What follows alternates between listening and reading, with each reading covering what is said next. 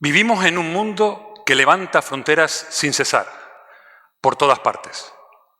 Unas son visibles, hechas de tierra, de mar o de alambre. Otras son invisibles. Son esas que tenemos en nuestro interior, que construimos con nuestra identidad cuando empezamos a identificarnos con los propios. Son esas que también limitan algo tan antiguo como la propia humanidad, el movimiento humano. El derecho internacional le da competencia a los Estados para regular sus fronteras, sí, claro que sí. Pero también promulga la existencia de derechos fundamentales inalienables y pertenecientes a cada una de las personas que habitan en el planeta, tengan la nacionalidad que tengan. Gestionar las fronteras no es decidir quién entra, quién sale de un país, es decidir qué relación queremos tener los unos con los otros como humanos. El movimiento humano siempre fue el motor de la civilización. Nos trajo cultura, ciencia, álgebra, el uso del agua. Sí, el movimiento de las personas también provocó conflictos sociales e históricos, pero siempre nos trajo el comercio, nos trajo la moneda, nos trajo la riqueza, nos hizo ser mejores. Si algo nos ha demostrado la historia, es que las migraciones siempre trajeron el progreso. Pero reflexionemos sobre nuestras fronteras interiores. Esas que tenemos cuando miramos hacia nosotros y empezamos a identificarnos con los que son iguales que nosotros. La psicología nos dice que la identidad se crea en la adolescencia, cuando empezamos a crear nuestro yo y empezamos a identificarnos con los que vivimos. Si estudio en un colegio acomodado, seré igual que mis congéneres. Si estudio en un colegio más humilde y vivo en un barrio más humilde, también seré como con las personas con las que vivo. Pero si crezco en una pequeña aldea perdida en Senegal, en Bombay, mi mundo será ese. Esa identidad que empiezo a construir, la construyo con quienes vivo, pero también en contraposición con los otros. Esa identidad que nos da seguridad en la vida, que nos hace ser personas más seguras en nosotros mismos, empieza a crear poco a poco la gran frontera, la frontera interior. Si crezco y convivo con personas con menos medios, las entiendo, comprendo su lucha por seguir adelante. Pero si no convivo con ellos, no los entiendo, me son ajenos, son pobres que no han estudiado o no han hecho lo suficiente para progresar en la vida. Y si convivo con migrantes que van a comprar el pan conmigo, hablo con ellos y entiendo su viaje, entiendo su sufrimiento, pero también su valor. Sin embargo, si nunca convivo con ellos y solo los veo en la prensa, con imágenes como invasión, como patera, como peligro, considero que son una gran amenaza para mi sociedad, aunque yo nunca haya tenido ni un solo problema con ningún migrante en la vida. Así es como empiezo a crear mi frontera interior, pero siempre contra el pobre, contra el otro, contra el extranjero. Esas fronteras que empiezan a crear mi distancia con los demás. No hay personas mejores o peores por el lugar del que traen origen. Claro que no. Por supuesto que hay buenos y malos. Hay bondadosos y malvados. Pero ¿cuántos bondadosos españoles vestidos con chaqueta y corbata conocemos? ¿Y que son malvados? ¿Y cuántos migrantes que trabajan con nosotros codo a codo y que son bellísimas personas? La gran mayoría de los 7 millones de extranjeros que viven en España, por cierto, el 60% europeos.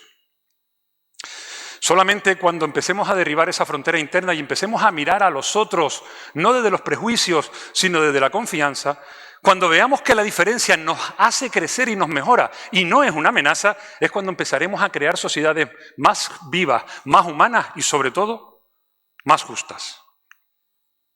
¿Dónde crezco? El otro, siempre el otro, la bondad y la maldad.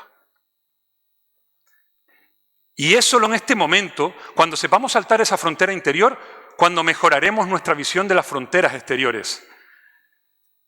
Y cuando podamos analizarlas desde 3 realidades que nunca se habla de ellas en el debate público. No hablaron esta mañana en el Congreso de ellas, que nunca se habla de ellas en la ponzoña de las redes sociales.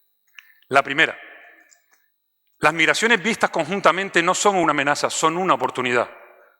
Por lo pronto son un fenómeno histórico. Migró el Homo erectus desde África al resto del mundo. Migramos los europeos a América cuando estábamos siendo perseguidos.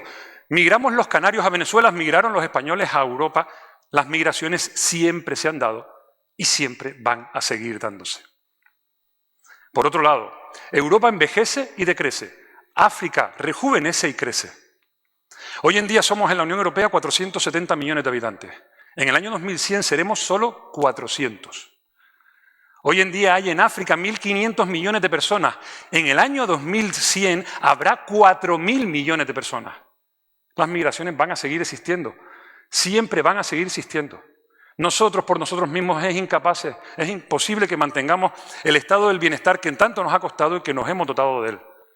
Si no apreciamos que debemos analizar las migraciones desde una perspectiva no securitaria, sino basada en los derechos humanos y en el beneficio de ambas orillas, ese será el momento en el que estaremos perdidos. La segunda, la convivencia es cosa de dos, por supuesto. Del migrante y la sociedad que le acoge. Primero del migrante, sí, el migrante llega a una sociedad nueva, tiene que conocerla, tiene que adaptarse y tiene que cumplir sus normas. Por cierto, en el ordenamiento jurídico español el migrante está absolutamente obligado a cumplir sus normas, que no les engañen. Si era polígamo en su país, no lo puede ser aquí. Si aplicaba instituciones jurídicas que no respetan la igualdad, no las puede aplicar aquí. Si comete un delito, tendrá que pagar por él. En todo caso. Pero ninguna de esas adaptaciones supone que el migrante tenga que renunciar ni a su religión, ni a su historia, ni a su identidad. En ningún caso. Nuestro ordenamiento jurídico protege la diversidad y la igualdad. La Declaración Universal de Derechos Humanos exige a las sociedades europeas que sean inclusivas y que admitan a los otros. Solamente cuando aprendamos esto, cuando aprendamos la necesidad de la convivencia, nos daremos cuenta de que la convivencia es cosa de dos, del migrante y también de la sociedad que la acoge. Y por último, es una contradicción insalvable decir que defendemos los valores occidentales, pero los neguemos. Si algo caracteriza a Europa como civilización es haber promulgado que todas y cada una de las personas son libres e iguales en derechos y en obligaciones. Da igual su procedencia. Ese es nuestro gran logro en la historia de la humanidad. Debemos pelear con él con uñas y dientes. El artículo 13 de la Declaración Universal de Derechos Humanos nos dice que las personas tienen derecho a moverse por el mundo. ¿Es compatible con el derecho de los Estados a controlar sus fronteras? Sí. Y nuestro Código Civil también nos dice que los principios fundamentales son la equidad, la buena fe, evitar el enriquecimiento injusto y el fraude de ley. Debemos volver a esos principios. Saltar nuestras fronteras internas es reconocerlos. Pero cuando luchamos contra el otro, somos nosotros los que negamos nuestros propios principios. Le decimos al otro que no respeta la igualdad y lo tratamos con desigualdad. Le criticamos al otro por querer tener una sola religión y queremos imponerle la nuestra. Le decimos al otro que no se integra y nunca le lanzamos la mano para que se integre.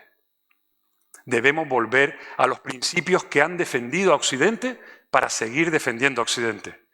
Por supuesto que legislar sobre países y religiones diferentes es muy difícil. Sí, claro que sí.